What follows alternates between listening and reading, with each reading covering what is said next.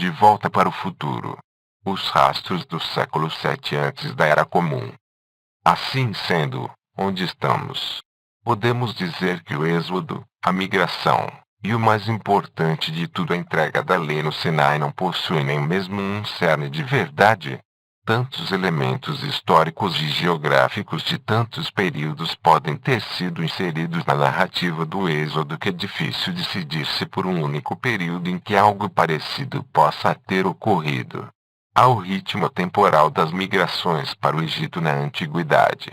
Ao incidente específico da dominação dos Ixos do Delta na Idade do Bronze Média.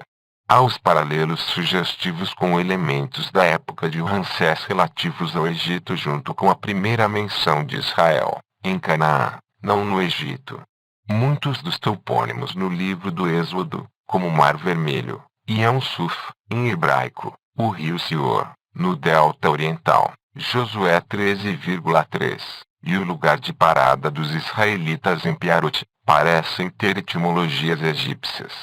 Todos eles estão relacionados com a geografia do Êxodo, mas não fornecem uma indicação clara de pertencerem a um período específico na história egípcia. A vagueza histórica da narrativa do Êxodo inclui o fato de que nenhum monarca egípcio específico do novo império é mencionado por nome, enquanto materiais bíblicos posteriores mencionam os faraós por seus nomes, como Es, Sesac e Necão.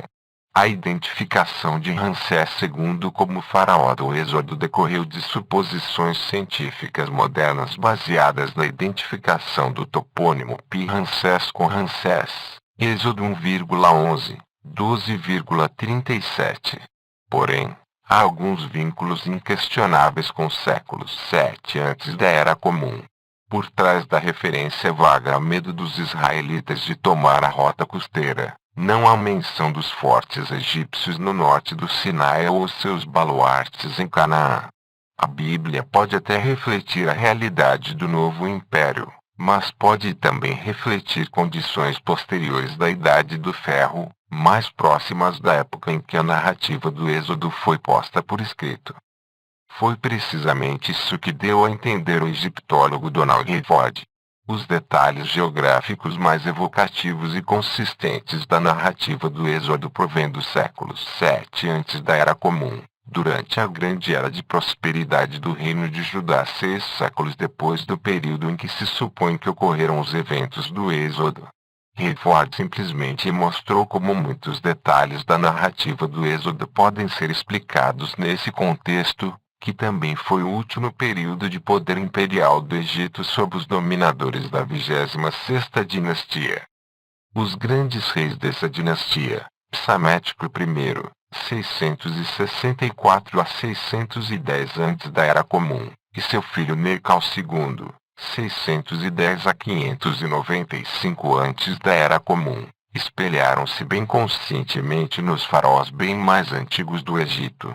Eles atuaram em projetos de construção por todo o delta em uma tentativa de restaurar as glórias passadas do seu estado e incrementar seu poder econômico e militar. Psamético estabeleceu sua capital em Sais, no delta ocidental, daí o nome Site como designação alternativa para a 26ª dinastia. Nergal se engajou em um projeto ainda mais ambicioso de obras públicas no delta oriental, cavando um canal através do Istmo de Suez visando conectar o Mediterrâneo com o Mar Vermelho através dos afluentes mais orientais do Nilo. A exploração arqueológica do delta oriental revelou o início de algumas dessas extraordinárias atividades de construção pela dinastia Site e a presença de uma grande quantidade de colonos estrangeiros ali. De fato, o período da dinastia Site nos proporciona um dos melhores exemplos históricos do fenômeno dos estrangeiros que se assentaram no delta do Nilo. Adicionalmente a colônias comerciais gregas, que estavam estabelecidas ali desde a segunda metade do século 7 antes da Era Comum, muitos migrantes de Judá estavam presentes no delta, formando uma grande comunidade em torno do início do século 6 antes da Era Comum. Jeremias 44,1, 46,14. Adicionalmente, As obras públicas inauguradas nesse período combinam bem com os detalhes do relato do Êxodo. Embora um sítio com o nome de Pitom seja mencionado em um texto do final do século XIII antes da Era Comum, a cidade mais famosa e proeminente de Pitom foi construída no final do século VII antes da Era Comum. Inscrições encontradas em Teumasquirruta, no Delta Oriental, levaram os arqueólogos a identificar esse sítio com a Pitom tardia. Escavações feitas ali revelaram que, excetuando uma curta ocupação na Idade do Bronze Média, esse local não foi ocupado até o período da 26ª dinastia, quando se desenvolveu ali uma cidade significativa. Da mesma forma, Madol, mencionada em Êxodo 14,2, constitui um título comum para um forte na época do Novo Império, mas uma Magdol específica, muito importante, ficou conhecida no Delta Oriental no século VII antes da Era Comum. Não é coincidência que o profeta Jeremias, que viveu no final do século VII e início do século VI antes da Era Comum, nos fala, 44,1, 46,14, de judaítas vivendo no Delta, mencionando especificamente Madol. Por fim, o nome Gesem para a área em que se estabeleceram os israelitas no Delta Oriental, Gênesis 45,10, não é um nome egípcio, mas um nome semítico. Começando no século VII antes da Era Comum, os árabes sedaritas se expandiram até a periferia das terras ocupadas do Levante e no século VI chegaram ao Delta. Mais tarde, no século V, eles se tornaram um fator dominante no Delta. De acordo com Riford, o nome Gesem deriva de Gesem, um nome dinástico na família real sedarita. O século VII antes da Era Comum como pano de fundo também é evidente em alguns dos nomes egípcios peculiares mencionados na história de José. Todos os 4 nomes Safenat-Faneg, o grão-vizir do faraó, Putifar, um funcionário real, Potífera, ou Potifar, um sacerdote, e Azenete, filha de Potífera, embora tenha sido usados ocasionalmente em períodos anteriores da história egípcia, atingiram sua maior popularidade no século VII e VI antes da Era Comum. Um detalhe adicional, aparentemente incidental, parece favorecer a posição de que a narrativa bíblica integrou muitos detalhes desse período específico, o medo egípcio da invasão pelo Oriente. O Egito nunca foi invadido por aquele lado antes dos ataques da Síria no século VII. Contudo, na história de José, a tensão dramática é intensificada quando ele acusa seus irmãos, há pouco chegados de Canaã, de serem espiões do que vieram para ver os pontos fracos do país. Gênesis 42,9. E, na história do Êxodo, o faraó teme que os israelitas de partida colaborarão com algum inimigo. Esses toques dramáticos somente fariam sentido após a grande era do poder egípcio do período de Ramsés, contra o pano de fundo das invasões de um Egito muito debilitado pelos assírios, babilônios e persas nos séculos VII e VI. Por último, todos os lugares principais que desempenham algum papel na narrativa da migração dos israelitas estavam habitados no século VII. Em alguns casos, eles foram ocupados somente naquele tempo.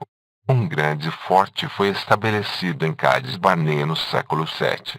Corre um debate sobre a identidade dos construtores do forte, se ele serviu como um posto avançado no sul do reino de Judá junto às rotas do deserto no final do século VII ou se foi construído no início do século VII sob os auspícios assírios. Contudo, nos dois casos o sítio tão proeminente na narrativa do Êxodo como o principal local de acampamento dos israelitas constituiu um importante e talvez famoso posto avançado no deserto no período monárquico tardio. A cidade portuária de Ezion-Gaber, situada no sul, também floresceu nessa época. Da mesma forma, os reinos da Transjordânia constituíram localidades populosas e bem conhecidas no século VII. O caso mais relevante é o de Edom. A Bíblia descreve como Moisés enviou emissários de Cádiz Barnea ao rei de Edom pedindo permissão para atravessar seu território no caminho até Canaã. O rei de Edom recusou-se a dar permissão e os israelitas tiveram de contornar seu país.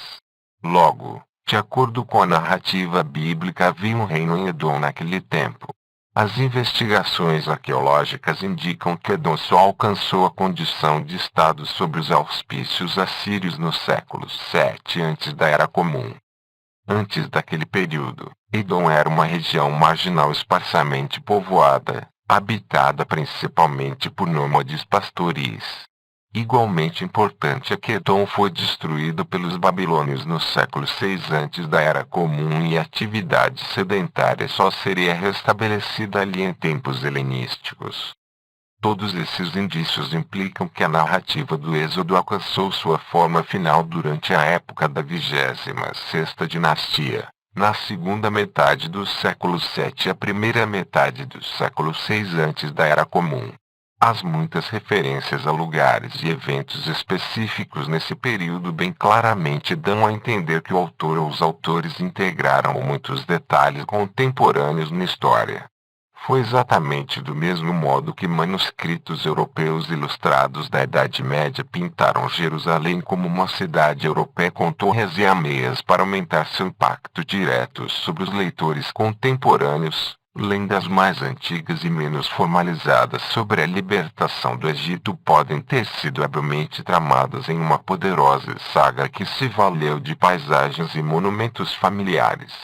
Porém, poderia ser apenas coincidência que os detalhes geográficos e étnicos tanto das histórias sobre a origem dos patriarcas quanto a narrativa de libertação do Êxodo carregam as marcas de terem sido compostas no século VII antes da Era Comum. Havia cenas mais antigos da verdade histórica implicados ou as histórias básicas foram compostas pela primeira vez naquele tempo, desafiando um novo faraó. Está claro que a saga da libertação do Egito não foi composta como obra original no século VII antes da Era Comum. Os traços principais da narrativa certamente eram conhecidos muito antes, nas alusões ao Êxodo e à migração pelo deserto contidas nos oráculos dos profetas Amós, 2,10, 3,1, 9,7, e Oseias, 11,1, 13,4, todo um século antes. Ambos compartilham a memória de um grande evento na história, que concerniu a libertação do Egito e ocorreu no passado distante. Porém, que tipo de memória foi essa? O egiptólogo Donald Hayford argumentou que os ecos dos grandes eventos da ocupação do Egito pelos Hicsos e sua expulsão violenta do Delta ressoaram por séculos, para tornar-se uma memória central, compartilhada do povo de Canaã. Essas narrativas de colonos cananeus estabelecidos no Egito, alcançando o domínio no Delta e depois sendo forçados a retornar à sua pátria, poderia ter servido como um foco de solidariedade e resistência na medida em que o controle egípcio sobre Canaã recrudesceu no decurso da Idade do Bronze tardia. Como veremos, com a assimilação definitiva de muitas comunidades cananeias na nação de Israel que estava se cristalizando, essa imagem poderosa de liberdade pode ter se tornado relevante para uma comunidade em constante crescimento. Durante a época dos reinos de Israel e Judá, a narrativa do Êxodo teria durado e sido elaborada como saga nacional, um chamado à unidade nacional em face das contínuas ameaças de grandes impérios. É impossível dizer se a narrativa bíblica foi ou não foi uma expansão e elaboração de memórias vagas da imigração de cananeus no Egito e sua expulsão do Delta no segundo milênio antes da Era Comum. Contudo, parece evidente que a narrativa bíblica do Êxodo extraiu seu poder não só de tradições antigas e detalhes geográficos e demográficos contemporâneos, mas ainda mais diretamente de realidades políticas contemporâneas. O século VII foi uma época de grande reavivamento tanto no Egito quanto em Judá. No Egito, Após um longo período de declínio e anos difíceis de sujeição ao Império Assírio, o rei Psamético I tomou o poder e voltou a transformar o Egito em uma potência internacional importante.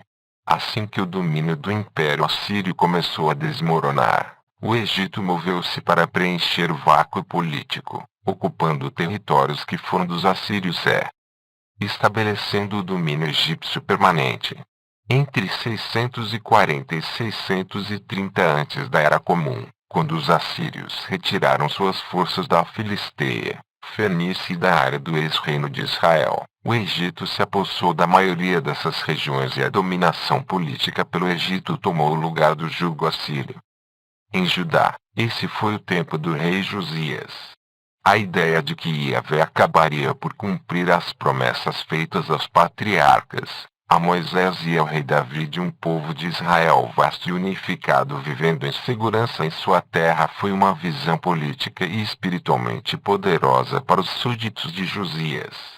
Foi o tempo em que Josias embarcou em uma tentativa ambiciosa de tirar vantagem do colapso assírio e unir todos os israelitas sob seu comando.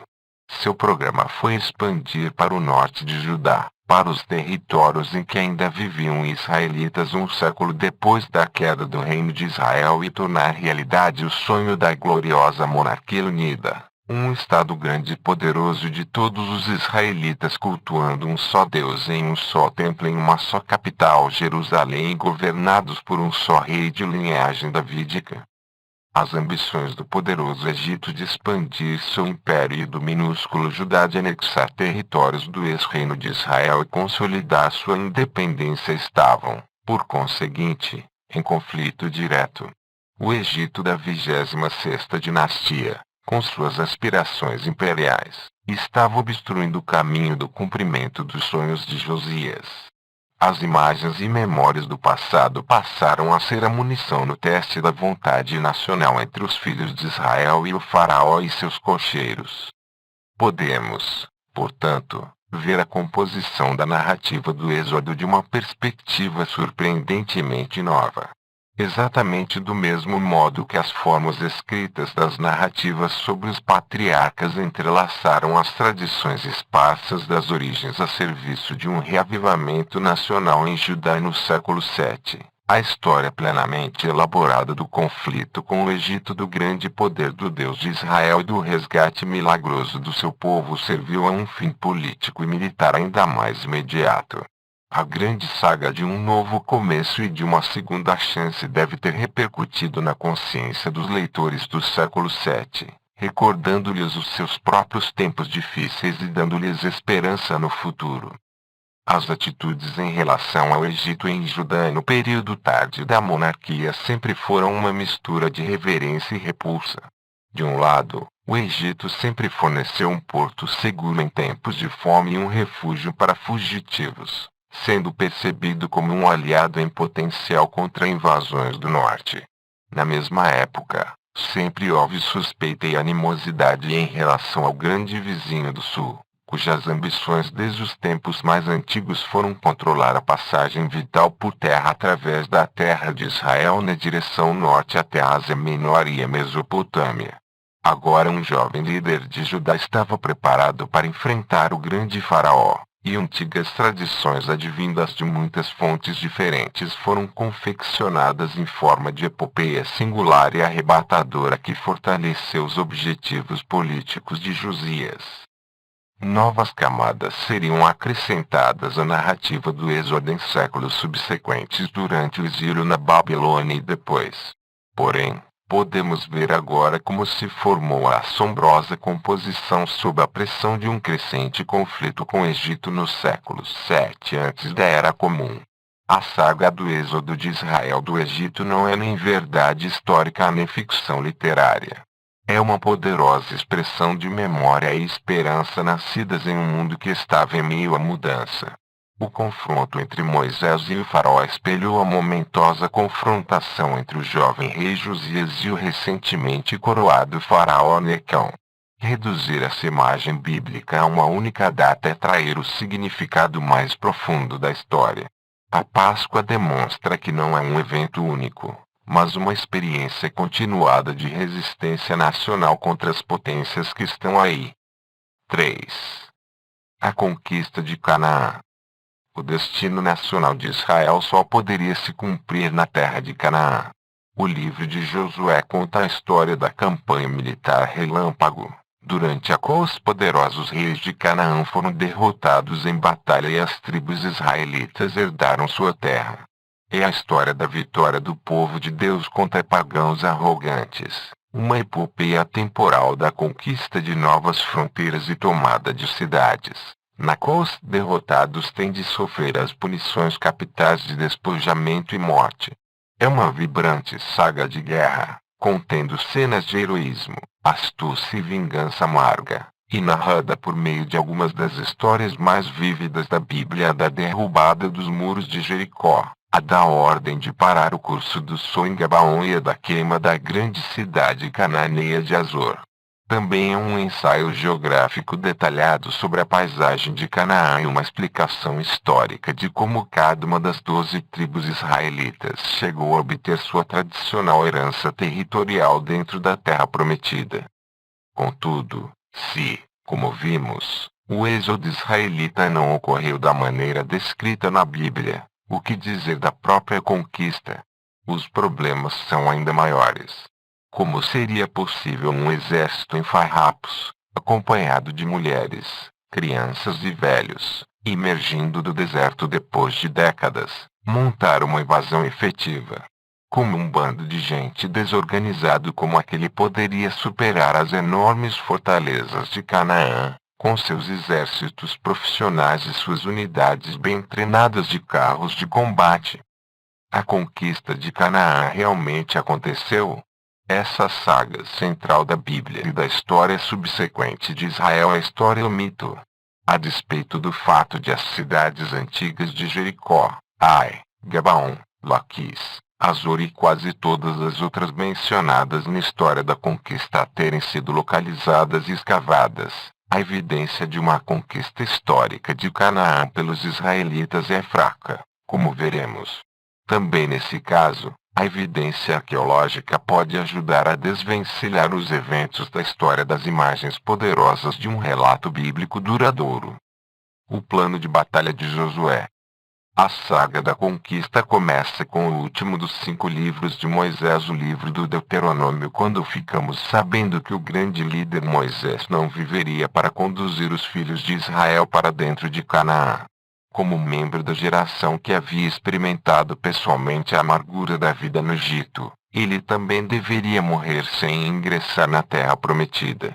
Antes de sua morte e seu sepultamento no Monte Nebo em Moabe, Moisés ressaltou a importância de observar as leis de Deus como chave para a conquista vindoura e, de acordo com as instruções de Deus, entregou o comando sobre os israelitas a Josué, seu lugar-tenente de longa data.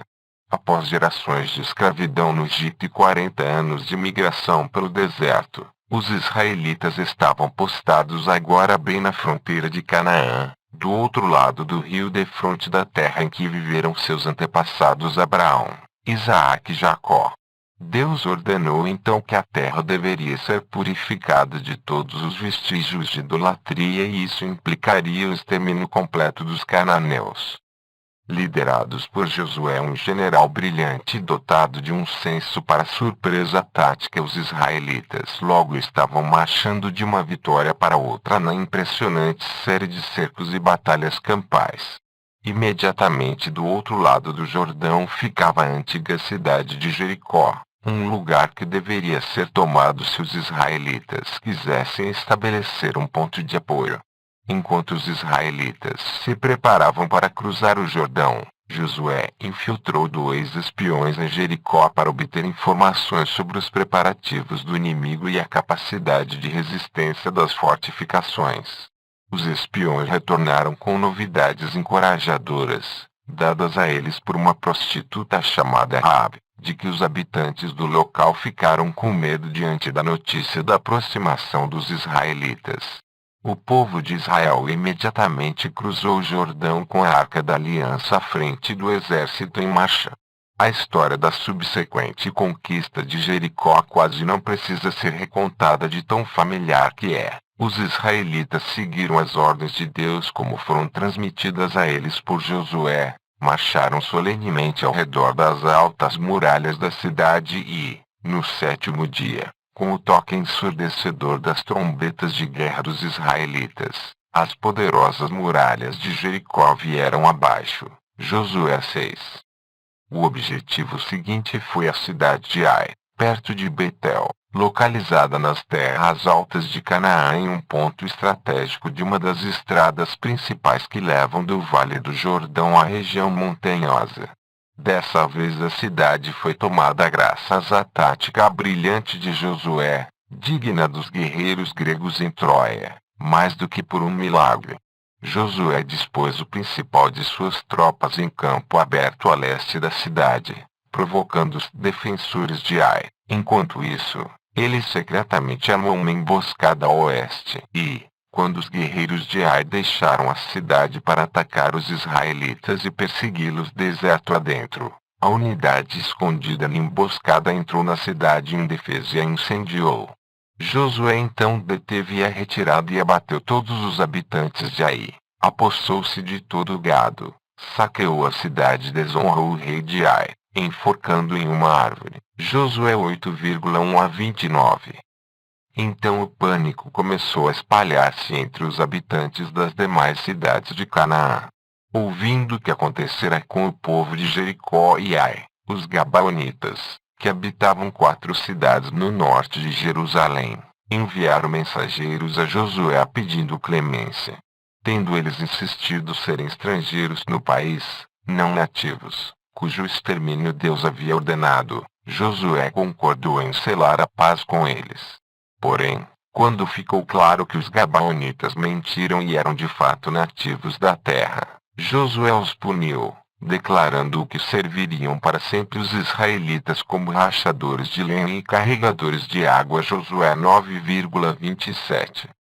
As vitórias iniciais dos invasores israelitas em Jericó e nas cidades da região montanhosa central tornaram-se uma fonte imediata de preocupação para os reis mais poderosos de Canaã. Adonizedeque, o rei de Jerusalém, rapidamente fez uma aliança militar com o rei de Hebrom nas terras altas do sul e com os reis de Jarmute, Laquis e Eglon, nos contrafortes da Cefelá a oeste. Os reis cananeus posicionaram suas forças militares combinadas ao redor de Gabaon, mas em um movimento rapidíssimo, marchando a noite inteira desde o Vale do Jordão. Josué surpreendeu o exército da coalizão de Jerusalém. As forças cananeias fugiram em pânico ao longo da encosta íngreme de Bet-Horon rumo oeste. Enquanto fugiam, Deus os bombardeou com grandes pedras do céu. De fato, a Bíblia nos diz que mais numerosos foram os que morreram com a chuva de pedras do que os mortos à espada pelos israelitas. Josué 10,11. O sol estava se pondo, mas a matança justa não havia terminado. Então Josué voltou-se para Deus na presença de todo o exército israelita e pediu que o sol se detivesse até que a vontade divina fosse cumprida. Então, o sol parou no meio do céu e não se apressou a pôr-se quase um dia inteiro. Nem antes nem depois houve um dia como aquele, em que o Senhor obedeceu a um homem, pois o Senhor combatia em favor de Israel. Josué 10,13-14. Por fim, os reis em fuga foram capturados e mortos com a espada. Josué, então, deu continuidade à campanha e destruiu as cidades cananeias da região sul do país, conquistando completamente aquela região para o povo de Israel. O ato final teve lugar no norte. A coalizão de reis cananeus liderada por Jabim de Azor, um povo tão numeroso quanto a areia na praia do mar, com muitíssimos cavalos e carros. Josué 11,4. Enfrentou os israelitas em uma batalha campal na Galileia que terminou com a destruição completa das forças cananeias. Azor, a cidade mais importante de Canaã, a capital de todos estes reinos. Josué 11,10. Foi conquistada e incendiada. Assim, Com essa vitória, toda a terra prometida, do deserto no sul até o pico nevado do Monte Hermon no norte, passou a ser posse israelita. A promessa divina fora de fato cumprida. As forças cananeias foram aniquiladas e os filhos de Israel se assentaram para dividir a terra entre as tribos como herança recebida de Deus. Uma espécie diferente de Canaã. Como no caso da história do Êxodo, a arqueologia desvelou uma drástica discrepância entre a Bíblia e a situação em Canaã na suposta data da conquista, entre 1230 e 1220 antes da Era Comum. Apesar de sabermos que um grupo chamado Israel esteve presente em algum lugar em Canaã em torno de 1207 antes da Era Comum, a evidência referente ao panorama político e militar geral de Canaã dá a entender que uma invasão relâmpago desse grupo teria sido impraticável e extremamente improvável. A evidência abundante oriunda de textos egípcios da Idade do Bronze Tardia, 1550 a 1150 antes da Era Comum, sobre negócios em Canaã, na forma de cartas diplomáticas, listas de cidades conquistadas, cenas de cercos gravadas em paredes de templos no Egito, anais de reis egípcios, obras literárias e hinos. Talvez a mais detalhada fonte de informação sobre Canaã nesse período seja fornecida pelas cartas de Teuomarna. Esses textos representam parte da correspondência diplomática e militar do poderoso faraó Amenófis III e seu filho Akhenaton, que governaram o Egito no século XIV antes da Era Comum. Essas quase 400 tabuletas de Amarna, agora espalhadas em museus ao redor do mundo, incluem cartas enviadas ao Egito por governantes de poderosos estados, como dos hititas da Anatólia e os regentes da Babilônia. Porém, a maioria foi enviada por governantes de cidades-estado de Canaã, que eram vassalos do Egito durante esse período. Entre os remetentes figuram governantes de cidades cananeias que mais tarde se tornariam famosas na Bíblia, como Jerusalém, Siquém, Meguido, Azor e Laquis. Acima de tudo, as cartas de Amarna revelam que Canaã era uma província egípcia, estritamente controlada pela administração egípcia. A capital provincial estava localizada em Gaza, mas havia guarnições egípcias estacionadas em locais-chave por todo o país, como em Bet-San ao sul do Mar da Galileia e no porto de Jope, que hoje faz parte da cidade de Telefone Aviv. Na Bíblia não há notícia de egípcios fora das fronteiras do Egito e nenhum é mencionado em qualquer das batalhas em Canaã. Contudo, os textos contemporâneos e os achados arqueológicos indicam que eles administravam e vigiavam atentamente os negócios do país. Os príncipes das cidades cananeias, descritos no livro de Josué como poderosos inimigos, eram, na realidade, pateticamente fracos. Escavações mostraram que, nesse período, as cidades de Canaã não eram cidades regulares do tipo que conhecemos da história posterior. Elas eram principalmente baluartes administrativos destinados à elite, à acomodação do rei, de sua família e sua pequena comitiva de burocratas, enquanto os camponeses viviam em pequenos povoados espalhados pela zona rural circundante. A cidade típica tinha somente um palácio, o complexo do templo e poucos outros edifícios públicos, provavelmente residências de altos funcionários, estalagens e outros prédios administrativos. Porém, essas cidades não tinham muralhas. As formidáveis cidades cananeias descritas na narrativa da conquista não eram protegidas por fortificações.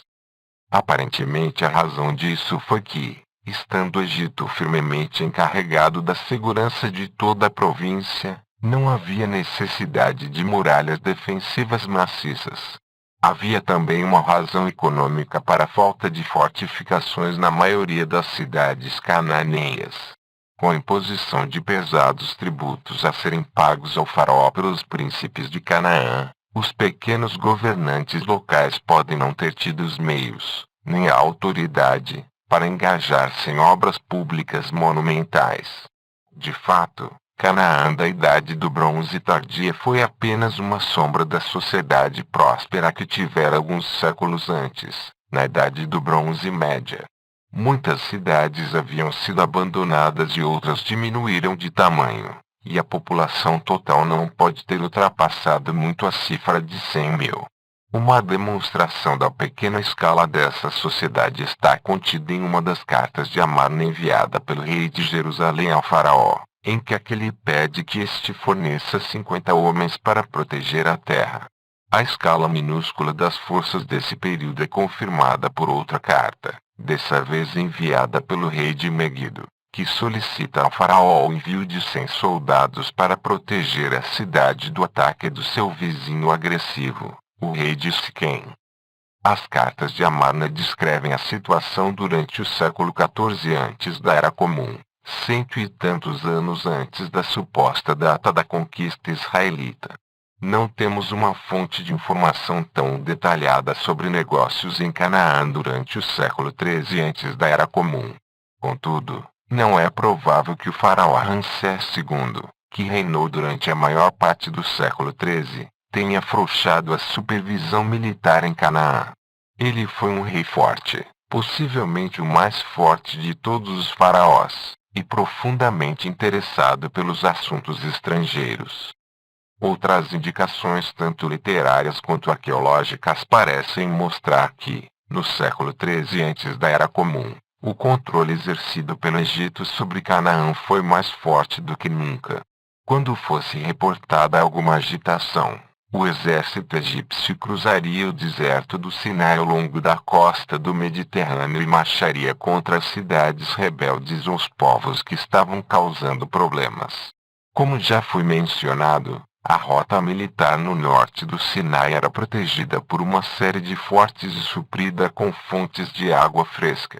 Depois de atravessar o deserto, o exército egípcio podia facilmente desbaratar qualquer força rebelde e impor sua vontade à população local. A arqueologia pôs a descoberto a evidência drástica da extensão da presença egípcia em Canaã. Um baluarte egípcio foi escavado no sítio de Bet-San ao sul do Mar da Galileia na década de 1920. Suas várias estruturas e pátios continham estátuas e monumentos com inscrições hieroglíficas da época dos faraós Seti I, 1294 a 1279 antes da Era Comum, Ramsés II, 1279 a 1213 antes da Era Comum, e Ramsés III, 1184 a 1153 antes da Era Comum. A antiga cidade cananeia de Megido mostrou evidência de forte influência egípcia até o tempo de Ramsés VI, que governou em torno do final do século XII antes da Era Comum. Isso foi muito depois da suposta conquista de Canaã pelos israelitas. É extremamente improvável que as guarnições egípcias espalhadas pelo país tivessem permanecido à margem dos acontecimentos enquanto um grupo de refugiados do Egito causava estragos em toda a província de Canaã. Ademais, é inconcebível que a destruição de tantas cidades de vassalos leais pelos invasores não tenha deixado absolutamente nenhum vestígio nos extensos registros do Império Egípcio. A única menção independente do nome Israel nesse período, a Estela da Vitória de Merneptah, anuncia que esse povo de resto obscuro, que vivia em Canaã, tinha sofrido uma derrota esmagadora. Alguma coisa não fecha quando o relato bíblico, a evidência arqueológica e os registros egípcios são postos lado a lado. Nas pegadas de Josué. Todavia, ou pelo menos, houve argumentos contrários à evidência egípcia. Acima de tudo, estava claro que o livro de Josué não era uma fábula completamente imaginária. Ele reflete acuradamente a geografia da terra de Israel. O curso da campanha militar de Josué seguiu uma ordem geográfica lógica. No início do século XX, alguns especialistas selecionaram sítios que podem ser confiavelmente identificados com o avanço da conquista israelita e começaram a cavar para ver se encontravam alguma evidência de muralhas caídas, vigas queimadas e destruição indiscriminada. O personagem mais proeminente nessa busca foi novamente o especialista norte-americano William Foxwell Albright, da Universidade Johns Hopkins em Baltimore, um linguista brilhante, historiador, biblista e arqueólogo de campo, que havia argumentado que os patriarcas foram personalidades históricas autênticas. Com base em sua leitura da evidência arqueológica, ele acreditou que os feitos de Josué também foram históricos. A escavação mais famosa de Albright aconteceu entre 1926 e 1932 em um monte de ruínas chamado Tel Beit Mirsim, localizado nos contrafortes a sudoeste de Hebron. Figura 9, página 83. Com base em sua posição geográfica, Albright identificou o sítio com a cidade cananeia de Debir, cuja conquista pelos israelitas é mencionada em 3 diferentes histórias na Bíblia, 2 vezes no livro de Josué, 10,38 a 39, 15,15 a 19, e uma vez no livro dos Juízes, 1,11 a 15. Embora a identificação tenha sido questionada mais tarde, os achados arqueológicos de Tel Beit Mirsim permanecem centrais para o debate histórico. As escavações revelaram uma localidade pequena e relativamente pobre sem muralhas destruída por um incêndio catastrófico repentino em torno do final da Idade do Bronze Tardia de acordo com Albright, por volta de 1230 antes da Era Comum. Sobre as cinzas dessa cidade queimada, Albright notou que ele pensou ser evidência da chegada de novos moradores, um alastramento de cerâmica grosseira que ele conhecia de outros sítios nas terras altas e que ele intuitivamente identificou como israelita. A evidência pareceu ser a prova da historicidade das narrativas bíblicas. Uma cidade cananeia, mencionada na Bíblia, foi incendiada pelos israelitas, que depois herdaram e se estabeleceram nas suas ruínas. De fato, os resultados obtidos por Albright aparentemente se reproduziram em toda a parte.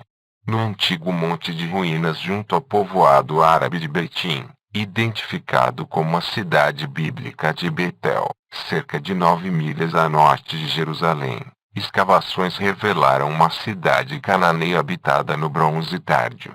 Ela foi destruída pelo fogo no final do século XIII antes da Era Comum e aparentemente voltou a ser ocupada por um grupo diferente na Idade do Ferro, e isso condiz com a história bíblica da cidade cananeia de Luza, que foi tomada por membros da casa de José, que a reocupou e mudou seu nome para Betel. Juízes 1,22 a 26.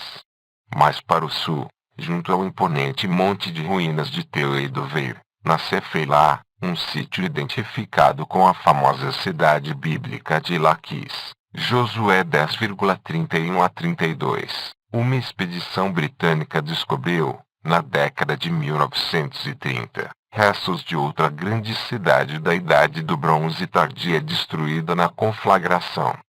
As descobertas continuaram na década de 1950, após o estabelecimento do Estado de Israel, quando arqueólogos israelenses começaram a se concentrar na questão da conquista da Terra Prometida.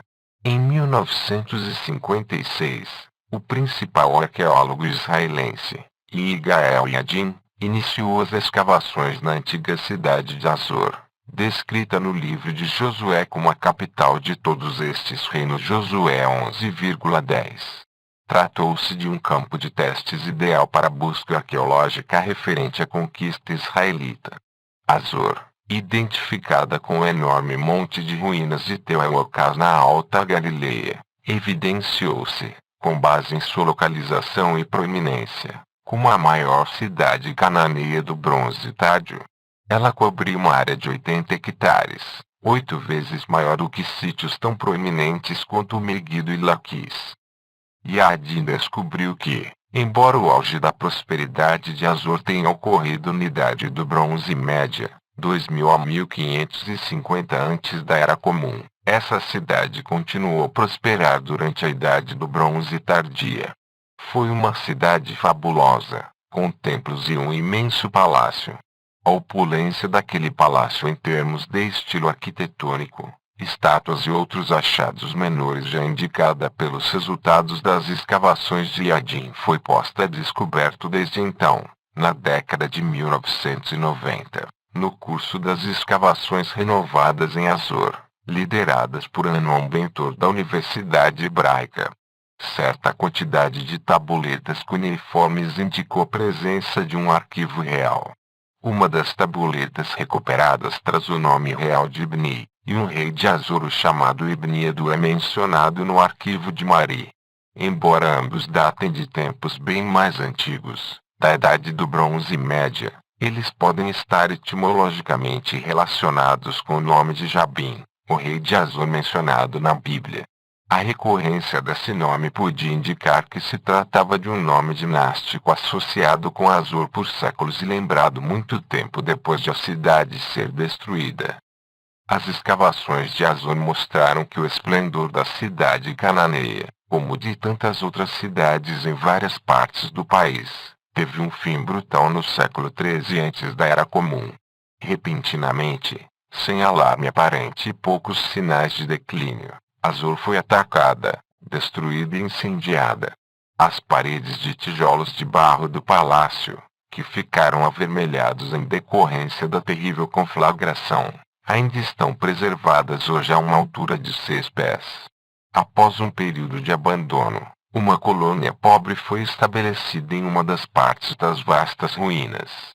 Sua cerâmica é semelhante à dos primeiros assentamentos israelitas na região montanhosa central em direção ao sul.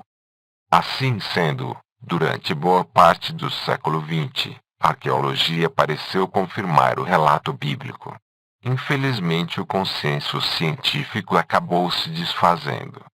As trombetas realmente detonaram tudo? Em meio à euforia, quase no momento mesmo em que parecia que a batalha da conquista estava ganha para Josué, emergiram algumas contradições perturbadoras. Justamente quando a imprensa mundial estava reportando que a conquista de Josué havia sido confirmada, muitas das mais importantes peças do quebra-cabeça arqueológico simplesmente não se encaixavam. Jericó figurou entre as mais importantes. Como registramos, as cidades de Canaã não eram fortificadas e não havia muralhas que poderiam ter sido postas abaixo. No caso de Jericó, não havia vestígio de nenhum tipo de assentamento no século XIII antes da Era Comum, e o assentamento do Bronze Tárdio, datado do século XIV antes da Era Comum, foi pequeno e pobre, quase insignificante, sem fortificações. Tampouco havia sinal de alguma destruição. Assim, a famosa cena das forças israelitas marchando ao redor da cidade murada com a Arca da Aliança, levando as poderosas muralhas de Jericó ao colapso pelo ato de soprar as trombetas de guerra, é, em termos bem simples, uma miragem romântica. Discrepância similar entre arqueologia e Bíblia foi encontrada no sítio da antiga cidade de Ai, onde, de acordo com a Bíblia, Josué levou a cabo sua astuta emboscada. Os especialistas identificaram o grande monte de ruínas de Kirbet Eiteu, localizado no flanco oriental da região montanhosa nordeste de Jerusalém, como o sítio antigo de Ai. Sua localização geográfica, exatamente a leste de Betel, combina bem com a descrição bíblica. O nome árabe moderno do sítio, Eiteu, significa ruína, que é mais ou menos equivalente ao significado do nome hebraico bíblico de Ai. E não havia nenhum sítio alternativo na Idade do Bronze Tardio em algum lugar na vizinhança. Entre 1933 e 1935, a arqueóloga judaico-palestinense Judith Marquette Krause, escolada na França, levou a termo uma escavação em grande escala em Eiteu e encontrou restos extensos de uma enorme cidade da Idade do Bronze inicial, datada de mais de 1 milênio antes do colapso de Canaã no Bronze Tárdio. Nenhum único caco de cerâmica ou qualquer outra indicação de assentamento ali foi recuperado na Idade do Bronze Tardia. Novas escavações no sítio na década de 1960 produziram o mesmo quadro. Como no caso de Jericó, não houve assentamento na época de sua suposta conquista pelos filhos de Israel. E o que dizer da saga dos Gabaonitas com seu pedido de proteção? Escavações no Monte de Ruínas no povoado de Algibe, ao norte de Jerusalém, que o consenso científico identificou como sítio da cidade bíblica de Gabaon, revelou restos da Idade do Bronze Média e da Idade do Ferro, mas nenhum da Idade do Bronze Tardia. E as explorações arqueológicas nos sítios das outras 3 localidades gabaonitas de Cafira, Beirut e Cariat Yarim revelaram o mesmo quadro. Em nenhum dos sítios foram encontrados restos da Idade do Bronze Tardia. O mesmo vale para outras localidades mencionadas na narrativa da conquista e na lista que sumariza os reis de Canaã, Josué 12. Encontramos entre elas Arad, no Negueb, e Zebom, na Transjordânia, que mencionamos no capítulo anterior. Explicações emotivas e racionalizações complexas não demoraram a aparecer, porque havia tanta coisa em jogo.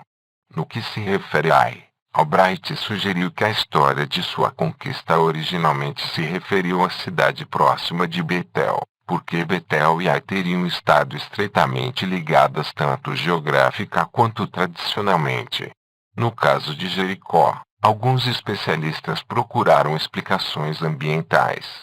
Eles sugeriram que todo o extrato que representa Jericó na época da conquista, incluindo as fortificações, foi levado pela erosão.